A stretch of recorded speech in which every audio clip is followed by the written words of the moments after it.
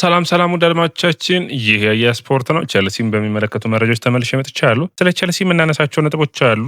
አንደኛው ቸልሲ በአውሮፓ ቻምፒዮንስ ሊግ ከፒኤስጂ ጋር መደልደሉን ተከትሎ እንግዲህ ተከታታይ የቸልሲ አስቸጋሪ ወቅቶች ጀምረዋል። ሊየም የሚፈተንበት ሳምንታቶች ከፊቱ የሚጠብቁት ይሆናል። እነዚህን ወቅቶች እንዴት ያልፋል? በሊየም የአሰልጣኝነት ሚና ውስጥ ትልቁ ጥያቄ ሆኖ መነሳት የሚጠበቅበት ይመስለኛል። ወደ አድማጮቻችን ታዲያ የእናንተን አስተያየትና ኮሜንት የምጠብቅ ነው የሚሆነው። ቸልሲ በአውሮፓ ቻምፒዮንስ ሊግ ፓሪስ ሰን ጀርመን ማግኘቱን ተከትሎ በተለይ በክለቦች የዓለም ዋንጫ ፍጻሜ ጨዋታ ላይ ያኔ የኤንዞ ማሬስካው ስብስብ በጣም በጥሩ ብቃት ቸልሲ በአመታቶች ውስጥ በዚህን ያክል ልዩነት ምንም እንኳን የአውሮፓ ቻምፒዮንስ ሊግን የእንግሊዝ ፕሪሚየር ሊግ አንቶኒዮ ኮንቴው ስብስብ ማሸነፍ ቢችልም እንደዚህ ግን በዋንጫ በፍጻሜ ጨዋታ ላይ በምርጥ ፐርፎርማንስ ያሸነፈበት ጨዋታ ማስታወስ ያስቸግራል። ሜቢ የአርሰናሉ የባኩ ድል የሚታወስ ይመስለኛል እንደዚሁ 4-1 ያሸነፉበት። ነገር ግን በአጠቃላይ እንደ ስብስብ፣ እንደ ፐርፎርማንስ፣ እንደ ውጤት ቸልሲ በጣም ውጤታማ የሆነበት የክለቦች ዓለም ዋንጫ ነበር። እነዚህን ጨዋታዎች ሲታሰብ የቸልሲ ደጋፊ ኤንዞ ማሬስካን የሚመኝ ይመስለኛል። በትልልቅ ጨዋታዎች ውስጥ የቸልሲ ቡድንን የሚያዘጋጁበት መንገድ፣ ውጤታማ ያደረጉበት መንገድ፣ የጄምስ ኤንዞ ፈርናንዴዝ እና የካይሴዶ አማካይ መስመር ውጤታማነቱ ዲዛይሬ ዱዌ ዴምቤሌን እንዲሁም ደግሞ የተቃራኒ ቡድንን በሚገባ ያመከኑበት ምሽት ነበር። ውጤታማ ምሽት በውጤታማ ድል ያጠናቀቁበት ነበር። ጃኦ ፔድሮ፣ ኮል ፓልመር አስደናቂ ፐርፎርማንሳቸውን ያሳዩበት ነበር። ታዲያ ሊየምም በዚህ ጨዋታ ላይ የሆነ ያክል አቅሙን ያሳያል ተብሎ ይጠበቃል። ምክንያቱም በስትራስቡርግ አሰልጣኝነቱ የፓሪስ ሰን ጀርመንን ስብስብ መግጠም ችሏል። ፈተናም የነበሩበት ቡድን ነው። ታዲያ በሚገባ የሚያስታውሰው ነው የሚሆነው። ነገር ግን ሳንቼዝ እንግዲህ በውድድር ዓመቱ መጀመሪያ አካባቢ በአውሮፓ ቻምፒዮንስ ሊግ ማንን ቡድን ብታገኝ ይሻላል የሚል ጥያቄዎች ቀርበውለት ነበር እና አስተያየቱን ሲሰጥ ፓሪስ ሰን ጀርመን በማለት አስተያየቱን ሰጥቶ ነበር። ስለዚህ በድጋሚ የተገናኙበት ነው። ፓሪስ ሰን ጀርመን ሉዊስ ኤንሪኬ እንዳለው ለመልሶ ሁኔታ ወይም ደግሞ በቀለኛ ለመሆን አይደለም ቸልሲን የምንገጥመው የሚል አስተያየቱን ሰጥቷል። ነገር ግን እግር ኳስ በተለያዩ ምክንያቶች ጨዋታዎችን ተወዳጅ ያደርጋልና ፓሪስ ሰን ጀርመን ዋንጫዎችን በአመታቶች ውስጥ ያገኝበት መድረክ ከዛ ውጭ ቸልሲም ፓሪስ ሰን ጀርመንም በውድድር ዓመቱ እንግዲህ ቸልሲ በተለይ በስብስቡ ረገድ በጣም የተቸገረበት የጉዳት ሁኔታ ነው። አሁንም የጉዳት መረጃዎችንም የማቀርብላችሁ ይሆናል። የዝውውር መረጃዎችም አሉ። ሁሉም መረጃዎች በሚገባ ተዘጋጅተዋል። ውድ አድማጮቻችን ታዲያ ያያ ስፖርትን ላይክ፣ ሼር፣ ኮሜንት፣ ሰብስክራይብ ማድረጋችሁን አትርሱ። ቸልሲ በተከታታይ ቀጣዮቹ ጨዋታዎች የሚሆኑት የአስቶን ቪላ፣ ከአስቶን ቪላ በመቀጠል ፓሪስ ሰን ጀርመን የሚገጥመው ጠባቂ ጠንካራ ጨዋታዎች ነው የሚሆኑበት። እነዚህን ጨዋታዎች በሚገባ ማለፍ ከሊየም የሚጠበቅ ነው የሚሆነው። ታዲያ የጉዳት መረጃዎችን ሲያቀርብ አንደኛው ስቴፋን ዊሊያን ነው። በቅርቡ የመመለስ እድል አለው። እንግዲህ አንዱ የሚጠበቅ ነው የሚሆነው። የሃምስትሪንግ ጉዳት ነው ያለበት። 1 ሳምንት አለ እንግዲህ ለቪላው ጨዋታ የሚደርስ ከሆነ። የባይኖ ጊተንስ ጉዳይ ሌላኛው ከጉዳቱ ቶሎ እያገገመ ነው ያለው የሚል ነው። ኩኩሬላ እንግዲህ የመድረስ እድል ሊኖረው ይችላል። ምን ያክል እንግዲህ በፍጥነት ይድናል ግን የሚለው ትልቁ ጥያቄ ነው የሚሆነው። ሌላኛው ኮልዌል እና ዳሪዮ ሱጉ ነው። ሱጉና ላቪያ ኦልሞስት እየተመለሱ ናቸው። ነገር ግን በፊትነስ ደረጃ በእንግሊዝ ፕሪሚየር ሊግ ላይ ለመጫወት ዝግጁ ናቸው ወይ የሚለው ትልቁ ጥያቄ ነው የሚሆነው። ኮልዌል በውድድር ዓመቱ መጨረሻ የመመለስ እድል አለው። ቸልሲ በተለይ በኤፍኤ ካፕ የፍጻሜ ጨዋታ ላይ የሚደርስ ከሆነ የመመለስ እድል ሊኖረው ይችላል። ውድ አድማጮቻችን ሌላኛው መረጃ የሚሆነው ማይክ ፔንደርስን የሚመለከት ነው። ይህ ተጫዋች በጣም በጥሩ ብቃት በሊየም ስር እንግዲህ በስትራስቡርግ ምርጥ ብቃቱን እያሳየ የነበረው ግብ ጠባቂ ነው። አሁንም በዛ ስብስብ ውስጥ ጥሩ ፐርፎርማንሱን እያሳየ ይገኛል። እንግዲህ ማርክ ፔንደርስ በጣም በሚገርም ሁኔታ አሁን ኒውካስትል የኒክ ፖፕ እና እንዲሁም ደግሞ የአሮን ራምስዴል ግብ ጠባቂዎቻቸው እንደሆኑ ይታወቃል። ነገር ግን አዲስ ግብ ጠባቂ ይፈልጋሉ። በተለይ ኒክ ፖፕ በሚቀጥሉት ዓመታቶች ኮንትራቱ ይጠናቀቃልና አንደኛው እንግዲህ ማይክ ፔንደርስን ነው እንደ ተጫዋች ምልመላ የያዙት። ቸልሲን ለመፈተን ይፈልጋሉ።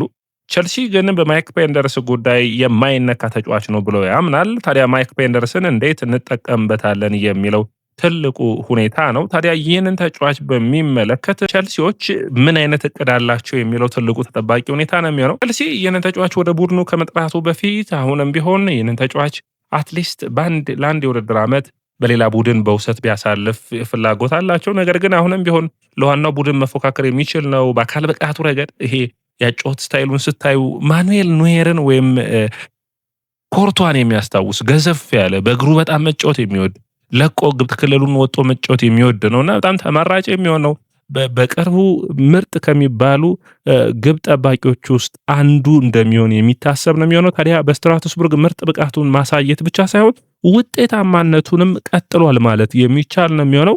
እንግዲህ ይህ ተጫዋች በዘንድሮ ውድድር ዓመት 9 ክሊንሺቶችን አስመዝግበዋል። 39 ጎሎች ነው የተቆጠረበት በ33 ጨዋታዎች። ጥሩ የመከላከል ቅርጽ ያለው ስብስብ ጥሩ ፐርፎርም ለማድረግ እየሞከረ ይገኛል። ውጤታማነቱ እንዴት ይቀጥላል የሚለው ሌላኛው ጥያቄ ሆኖ መነሳት ቢጠበቅበትም እንደ ስብስብ እንደ ፐርፎርማንስ ግን በጣም ውጤታማ ከሚባሉ ተጫዋቾች ውስጥ አንዱ ማይክ ፔንደርስ ነው ማለት የሚቻል ነው የሚሆነው። ወደ አድማቻችን ሌላኛው ጥያቄ ሆኖ መነሳት የሚጠበቅበት በቸልሲ በኩል ታዲያ ከሳንቼዝ እና ከፊሊፕ ዮርገንሰን አንዱን በመልቀቅ ለሚቀጥለው ውድድር ዓመት ግብ ጠባቂውን ቤንች አድርጎ ማስቀጠል፣ ያለበለዚያስ ቸልሲ አሁንም ለአንድ የውድድር ዓመት በተለይ በእንግሊዝ ፕሪሚየር ሊግ በውሰት የሚሄድበት እድል ካለ ከስትራስቡርግ ከፍ ባለ ቡድን መጫወት የሚችሉበት እድል ካለ ጥሩ የሚባል ይሆናል ብዬ አስባለሁ። እግር ኳስ ልምዶችን የሚጠይቅ ነው። በውድድር ዓመቶች ላይ በተለይ ኮርቷ ላይ ቸልሲ ያንን በተመሳሳይ አይነት ድርጊቶች ሲያደርግ ነበርና ማይክ ፔንደርስ በኒውካስትል ቢፈለግም በሌሎች ቡድኖች በትልልቅ ቡድኖች በእንግሊዝ ፕሪሚየር ሊግ ባሉት ጥሩ ፐርፎርም ቢያደርግ ጥሩ ነው የሚሆነው። ፔትሮቪች ለምሳሌ በስትራስቡርግ ምርጥ ፐርፎርም አድርገው በእንግሊዝ ፕሪሚየር ሊግ ላይ አሁን በበርንማውዝም እየተቸገረ ይገኛል እና እንደዚህ አይነት ሁኔታዎች እንዳያጋጥሙ በእንግሊዝ ፕሪሚየር ሊግ ላይ ወይም እንግዲህ በሚቀጥለው ውድድር ዓመት ከሳንቼዝ ሁለተኛ ግብ ጠባቂ የሆነ ሳንቼዝን በሚገባ ማጥናት የሚችል ከሆነና በሚቀጥሉት ዓመታቶች ሳንቼዝን በልጦ በጥሩ ግብ ጠባቂነት የቼልሲ ዋናው ቡድን አካል መሆን የሚችል ተመራጭ ተጫዋች ይሆናል ተብሎ የሚጠበቅ ነው የሚሆነው። ታዲያ እንግዲህ ለስትራስቡርግ ግብ ጠባቂ ሲፈልጉ አንደኛው ፊሊፕ ዮርገንሰን እንግዲህ የመሄድ ፍላጎት ካለው፣ ያለበለዚያ ግን በሌሎች ቡድኖች የሚፈለግ ይሆናል። ቡድኖቻችን ሌላኛው መነሳት የሚጠበቅበት ነጥብ ቸልሲን በሚመለከት ኮንስታንቲኔስ ካሪያቴስን ይመለከታል። ኮንስታንቲኔስ ካሪያቴስ በጣም የሚታወቅ ታዳጊ ተጫዋች ነው። አምና አርሰናል ሊያስፈርመው በጣም በጥብቅ ሲፈልግ ነበር። አሁን 28 ሚሊዮን ዩሮ የሚያወጣ የጌንግ የመሀል አማካይ ተጫዋች ነው። በጣም አስገራሚ ክህሎት ያለው 3 ጎሎችን 15 አሲስቶች አሉት። በአጠቃላይ በሁሉም ውድድሮች ማለት ነው 35 ጨዋታዎችን አድርገዋል። ወደ ስትራስቡርግ እንግዲህ በውሰት ነው ያቀናው። በጣም አስገራሚ የሚባል ክህሎት ካሉት ተጫዋቾች ውስጥ አንዱ ነው። በተለይ ፓስ የማድረግ አቅሙ፣ ቦታዎችን የሚያይበት ፐርፎርማንስ በጣም የተለየ ተጫዋች ነው። ታዲያ ቸልሲዎች ይህንን ተጫዋች ለማስፈረም ፍላጎት አላቸው። ነገር ግን የጨዋታ ስታይሉ እንደ ስቴፈን ዊሊያን፣ ፓልመር፣ ጆቫኒ ኩንዳን መንሳት በምንችልበት ተመሳሳይ አይነት የጨዋታ ስታይል እንዳለው ይታመናል። እንግዲህ ቸልሲ ውሳኔዎቹ በሚቀጥሉት ጊዜያቶች አንዱ የሚጠበቅ ነው የሚሆነው። ባለፈው ፕሮግራሜ ወደ አድማጮቻችን ሪቨር ፕሌት የከንድሪክ ፓይዝን ጉዳት በሚመለከት እንግዲህ የወጡ መረጃዎችን አመላክቻችሁ ነበር። ለ3 ወራት ያክል በጉዳት የሚርቅ ነው። ነገር ግን ትናንት ሪቨር ፕሌት ሲጫወት ከ2 ቀናት በፊት ማለት ነው፣ ትናንት አልነበረም። በጣም በሚገርም ሁኔታ ይህ ተጫዋች ከጉዳቱ ተመልሶ ሲጫወት አይቻለሁና እንግዲህ አንዳንድ መረጃዎቹ ናቸው ያሳሳቱኝ። አጣርቼ ማምጣት ነበረብኝና ያ መረጃ የተሳሳተ እንደነበር ልነግራችሁ ፈልጋለሁ። ሌላኛው ኒኮላስ ጃክሰንን የሚመለከት ነው። ኒኮላስ ጃክሰን በሳውዲ ክለቦች እየተፈለገ ይገኛል። ይህ ለቸልሲ ጥሩ ዜና ነው ብዬ አስባለሁ። ቸልሲዎች ይህንን ተጫዋች ወደ ሌላ ቡድን እንዲሄድ እንግዲህ ዋጋዎችም እንዲወጡለት ይፈልጋሉ። ታዲያ የሳውዲ ክለቦች ይህንን ተጫዋች ይፈልጋሉ። ታዲያ ቸልሲ የሚጠይቀውን እስከ 60 ሚሊዮን ዩሮ የመክፈል ፍላጎትም አላቸው። ቸልሲ ይህንን ገንዘብ የሚያገኝ ከሆነ የተጫዋቹ ወደዛ የመሄድ ፍላጎት ካለው የሁለቱም መናበቦች የሚገናኝ ይሆናል ብዬ አስባለሁ። ወደ አድማጮቻችን እናንተስ እንዴት ታዩታላችሁ? ኒኮላስ ጃክሰን በሊየም ስር ተመልሶ የመጫወት ፐርፎርማንስ የመጫወት ብቃት ይኖረዋል ወይስ ይህ ተጫዋች በቸልሲ የመምጣት ወይም በቸልሲ ፐርፎርም የማድረግ አቅም የለውም ብላችሁ ታስባላችሁ? የእናንተን አስተያየትና ኮሜንት የሚጠብቅ ነው የሚሆነው። የስፖርት ነው። የስፖርትን ላይክ፣ ሼር፣ ኮሜንት፣ ሰብስክራይብ ማድረጋችሁን አትርሱ።